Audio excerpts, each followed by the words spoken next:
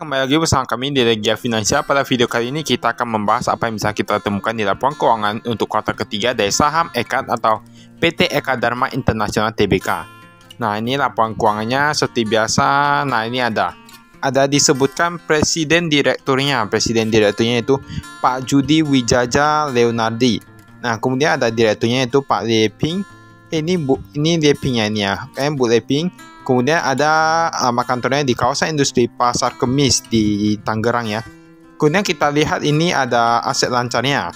Aset lancar kas dan setara kas tahun lalu kurang lebih 392 miliaran, sekarang berkurang menjadi 164 miliaran. Jadi berkurang agak cukup banyak. Deposito berjangka yang dibatasi penggunaannya kurang lebih sekitar 50 miliaran. Jadi dari 37 tahun lalu menjadi 50 miliaran tahun ini. Jadi sedikit meningkat ya untuk yang tahu di deposito. Aset keuangan dari pendapatan komprehensif dan demotasi. Wah, ini agak besar nih. Tahun lalu gak ada, sekarang menjadi 116 miliaran. Untuk yang aset keuangan yang biaya perolehan di armotasi lancar. Nah, ini nanti kita lihat ini sebenarnya apa ya ini ya, seratusan miliaran. Piutang usaha untuk yang pihak ketiga berkurang sedikit dari 74 miliaran menjadi 66 miliaran, agak cukup bagus. Pihak berelasi bertambah paling ratusan juta saja, masih oke ya. Kemudian kita lihat persediaan berkurang sedikit dari 162 miliaran menjadi 156 miliaran. Total aset lancar berkurang ya dari 669 miliaran menjadi 500-an miliaran. Nah, ini berkurang. Aset tidak lancar, aset tetapnya bertambah 500-an menjadi 600-an miliar, is okay. Kemudian total aset hampir sama ya, meningkat sedikit. Itu sudah triliunan nih untuk total asetnya dari Eka Dharma International. Kemudian kita lihatnya untuk utang bank jangka pendek 11 miliaran tahun lalu menjadi 8 miliaran, agak cukup bagus ya karena berkurang. Utang usaha pihak ketiga berkurang juga nih dari 29 miliaran menjadi hanya sekitar 25 miliaran. Pihak berelasi bertambah sedikit, paling cuma ratusan juta saja. Utang lain-lain juga bertambah paling ratusan juta saja.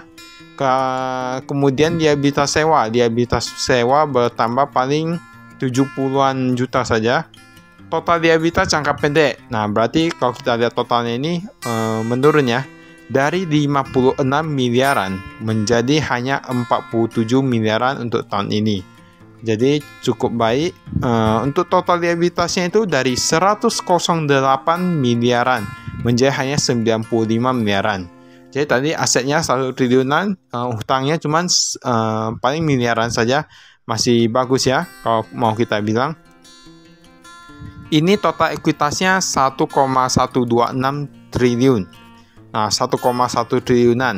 Nah, berarti untuk hutangnya itu memang ratusan miliar saja. Jadi berbanding sangat cukup banyak. Ekuitasnya masih jauh lebih tinggi daripada hutangnya. Ini ekuitasnya pun meningkat kalau dilihat dari sini. Penjualan neto sedikit berkurang ya. Tapi mungkin karena ekonomi sedang sulit, agak sulit maksudnya. Tapi seharusnya tahun lalu sudah menjadi lebih baik. Dari 468 miliar menjadi hanya 390 miliaran. Dan beban pokok penjualan pun menurun dari 319 miliaran menjadi 259 miliaran. Laba untuk yang laba brutonya itu 130 miliaran dari tahun lalu 148 miliaran. Masih cukup oke ya. Lalu kita lihat pendapatan keuangan. Nah, ini yang dari pendapatan keuangan ada sekitar 6,6 miliaran. Dari tahun lalu hanya sekitar 4,9 miliaran. Bahkan tahun lalu nggak ada laba neto dari entitas asosiasi. Tapi tahun ini mereka ada dapat kurang lebih sekitar 60-an juta. Kita lihat biaya keuangan pun berkurang ya. Berkurang sedikit, paling puluhan juta. Lalu kita lihat laba yang bisa diatribusikan kepada pemilik entitas induk. Nah, ini dia. Dari tahun lalu sekitar 65 miliaran. Sekarang menjadi 55 miliaran. Tapi masih cukup oke karena kita lihat banyak sekali perubahan dan tampaknya ini liabilitasnya terus berkurang. Cukup bagus sebenarnya perusahaan ini. Tapi nanti kita lihat dulu sebenarnya itu digunakan untuk apa.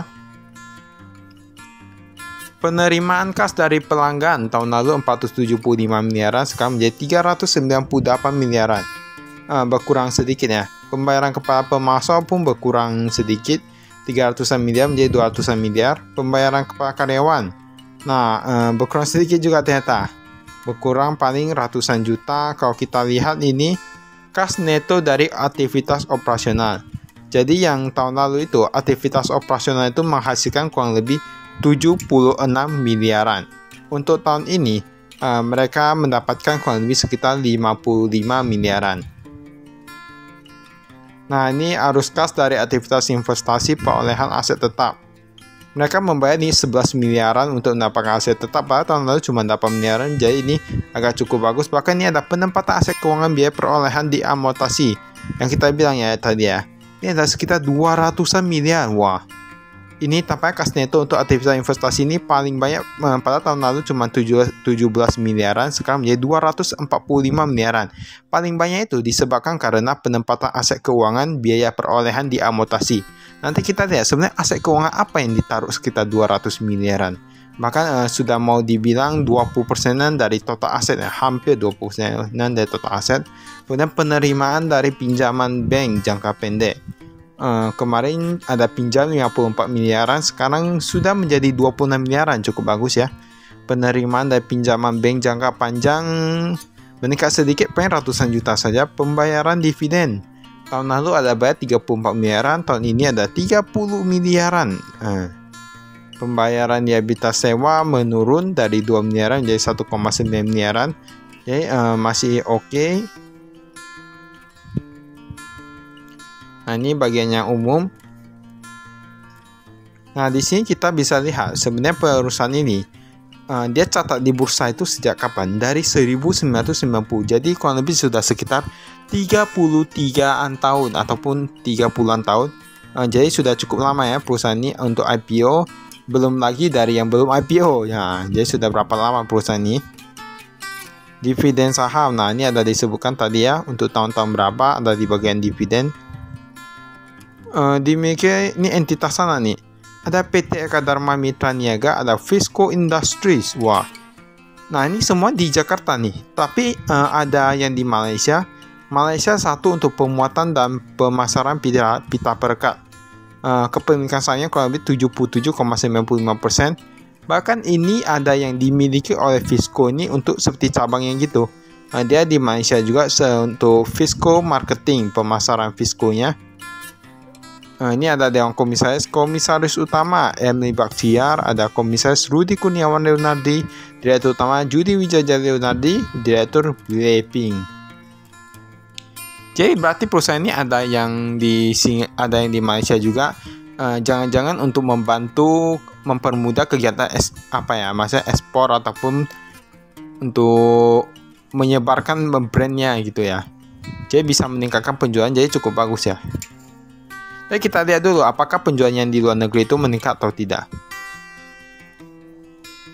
Di sini ada kas. Nah, kas dan setara kas yang rupiah. Mereka ada pegang uang rupiah sekitar 500-an juta. Nah, 500-an juta apa? Tahun lalu cuma 300-an juta. Pegang dolar ada 7,4 juta. Tahun lalu cuma sekitar 7,5 juta. Ringgit. Nah, ringgit pun sedikit saja, paling 6 jutaan ya. Menurun sedikit. Nah, ini ada yang di Bank Mandiri. Tampaknya mereka taruh paling banyak itu di Bank Mandiri ya untuk kasnya. Itu kurang lebih 99 miliaran. Pada tahun lalu cuma 73 miliaran. Kemudian kita lihat ini Bank Sentral Asia pun meningkat dari 1,3 miliaran menjadi 2,2 miliaran. Tapi memang paling banyak di Bank Mandiri. Kita lihat ada yang Bank ICBC tahun lalu ada, sekarang nggak ada. Bank Negara Indonesia berkurang. Ini ada dolar USD. Wah, dolar USD Bank Mandiri taruh sekitar 100-an juta. Pada tahun lalu sekitar 1,5 miliar. Nah, ini jadi kalau mau dibilang berarti mengalami penurunan untuk yang taruh di Bank Mandiri. Kemudian untuk yang di M-Bank. Nah, M-Bank Berhad. Nah, tahu gak itu bank apa? Bank Malaysia nih ya. Ada yang pernah dengar gak untuk M-Bank Berhad? Dari 11 miliaran dulu taruh USD, sekarang menjadi 5,3 miliaran. Bank ICBC juga sudah gak ada. Tapi Bank ICBC gak ada, sekarang gak ada. Mungkin karena pengaruh bunga atau gimana mungkin ya. Ringgit Malaysia, nah ada taruh di Ambang paling banyak 2 miliaran. Pada tahun lalu kurang lebih sekitar 1,7 miliaran. Malayan Banking Berhad. Wah, ini berarti Berhad ini rata-rata yang di Malaysia jangan-jangan. Ya kan? Ini M-Banking Berhad ini 300 juta, kemudian tahun lalu 1 miliaran. RHB Islamic Bank Berhad. Nah, rata-rata Berhad dari 58 jutaan menjadi 68 jutaan. Kita lihat Euro Eropa M-Bank Berhad juga 600-an juta, paling berkurang sedikit M-Bank Berhad USGD.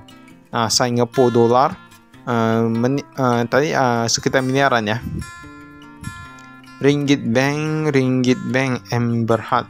Ini deposito berjangka. Jadi mereka dah tahu deposito berjangka dalam bentuk ringgit Malaysia ya di sini. Cukup banyak. Piutang usaha pelanggan dalam negeri 58 miliaran. Berkurang dari tahun lalu kurang lebih sekitar 70 miliaran. Pelanggan luar negeri dari 6 miliaran menjadi 9 miliaran. Wah, ini piutang usaha yang luar negeri meningkat, jangan penjualannya pun meningkat nih. Nah, berarti kalau penjualannya meningkat kan cukup bagus ya. Kalau kayaknya untuk yang luar negeri itu mereka ambil dari yang itu ya, Malaysia yang tadi ya. Kita lihat yang piutang usaha belum jatuh tempo 46 miliaran, berkurang dari tahun lalu sekitar 52 miliaran. Yang sudah jatuh tempo lebih dari 90 hari, wah meningkat nih. Dari 1 miliaran menjadi 2 miliaran. Untuk yang 31 sampai 60 hari pun meningkat. Nah, ini meningkat lah pokoknya. Tapi untuk yang totalnya itu tahun lalu masih lebih banyak. Mungkin karena penjualan lebih banyak, tahun lalu sekitar 76 miliar, sekarang menjadi 68 miliaran.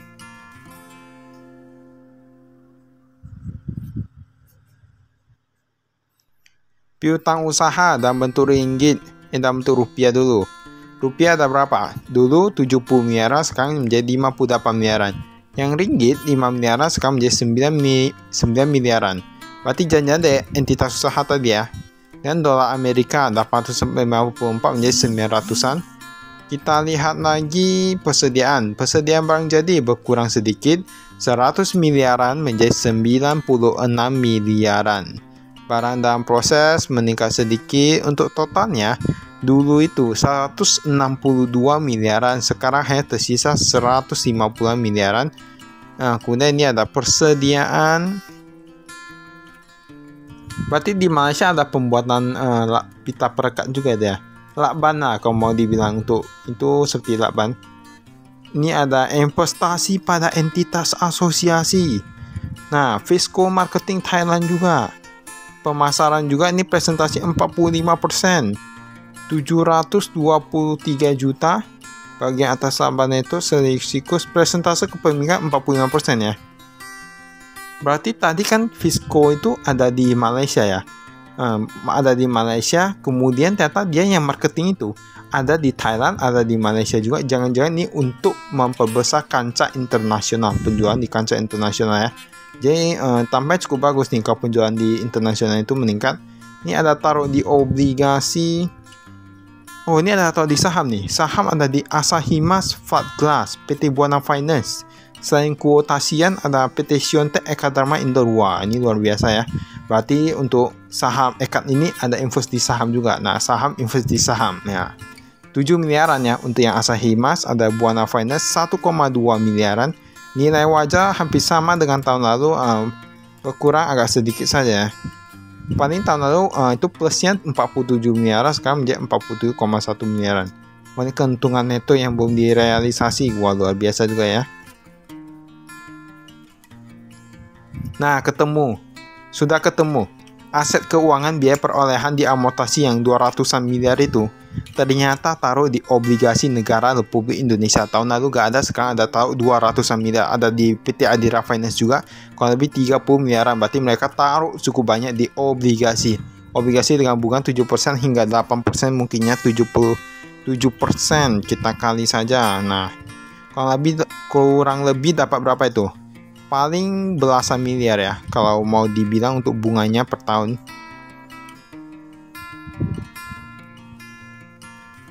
Berarti bisa dapat belasan miliar ini kalau dari obligasinya, kurang lebih ya.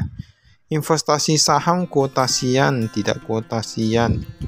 Nah, ini ada rincian aset tetapnya. Paling banyak kayaknya di sini penambahan bangunan 170-an juta. Tapi ini ada yang penyusutan lagi, ada Yang apalagi reklasifikasi lagi, jadi ini bisa dilihat ya di sini.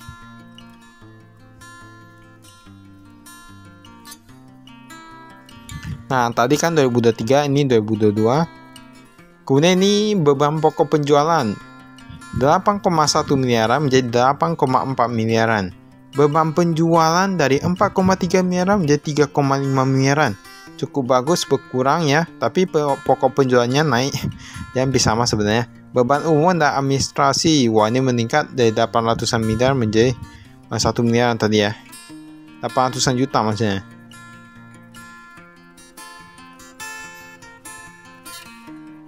Ini kita skip. Kemudian ini sewa ada tanah, bangunan untuk sewanya ada penambahan 1 miliaran. Wah, ada penambahan 1 miliaran, tapi ada penyusutan lagi. Nah, jadi hampir sama saja karena ada penambahan, ada penyusutan. Nah, ini bisa dilihat di sini ya. Yang atasnya 2023, yang bawahnya itu 2022.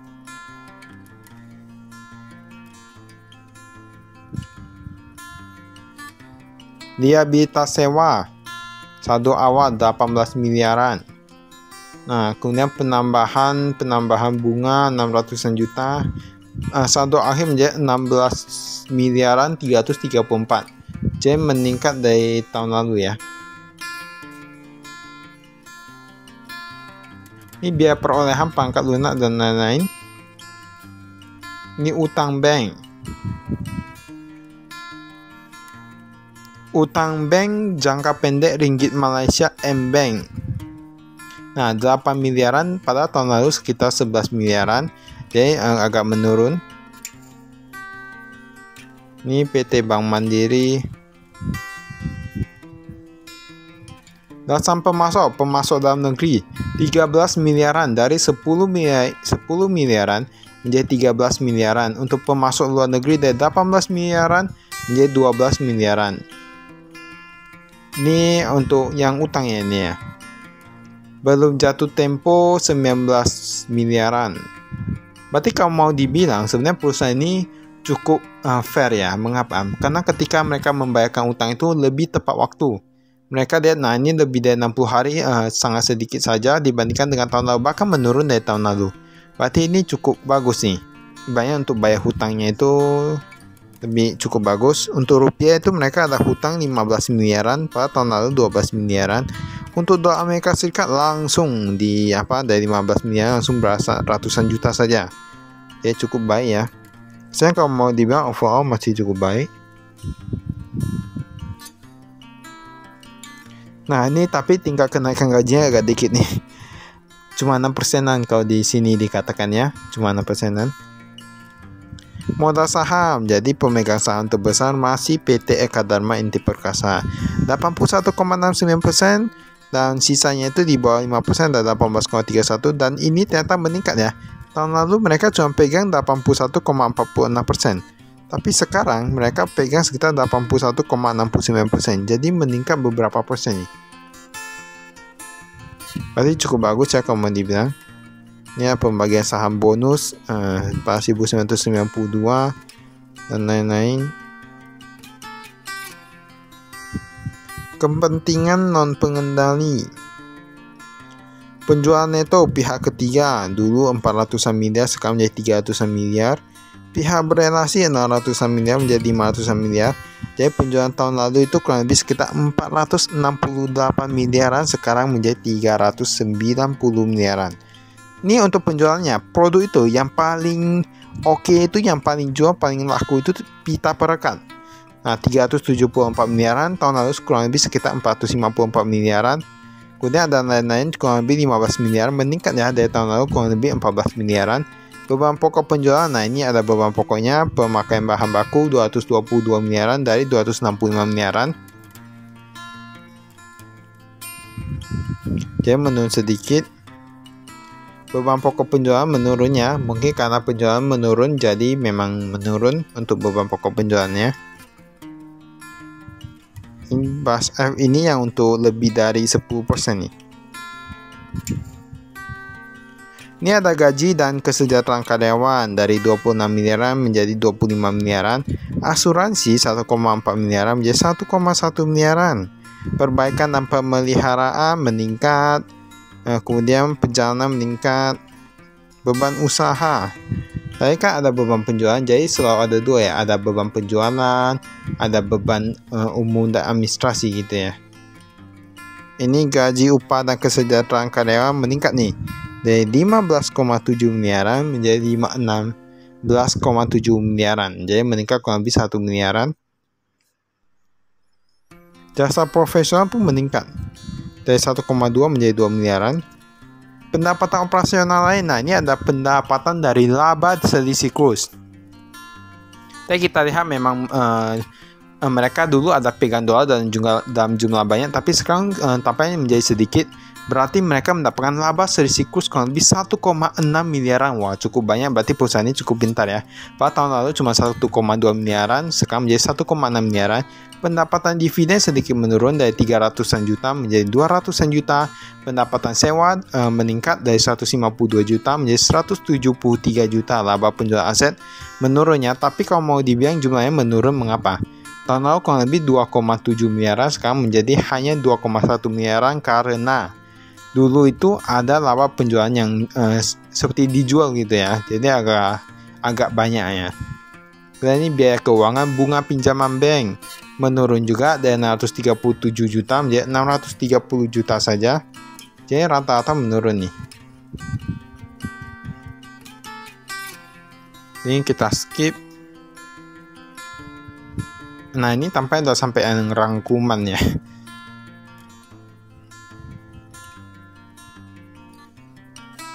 Ini udah sampai rangkuman. Ini resiko kredit.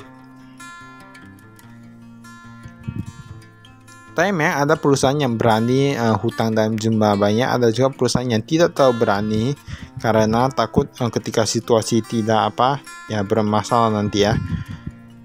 Kemudian ini ada utang bank, resiko likuiditas. Nah ini jangka waktunya, tampaknya ini mereka cukup bagus. Mengapa? Karena cuma 1-3 bulan saja untuk utang-utangnya itu. Paling yang lainnya itu utang dalam jangka panjang, makanya bisa sampai dalam 1 tahun gitu. Tapi rata-rata cuma 1-3 bulan saja. Berarti masih oke ya untuk yang cash flow dan keuangan mereka. Kalian bisa dilihat itu dari jangka waktu. Kalau perusahaan bermasalah itu untuk keuangannya, mereka pasti akan nggak susah bayar utangnya. Baiklah, itu saja dari kami. Sekian dan terima kasih. Salam investasi.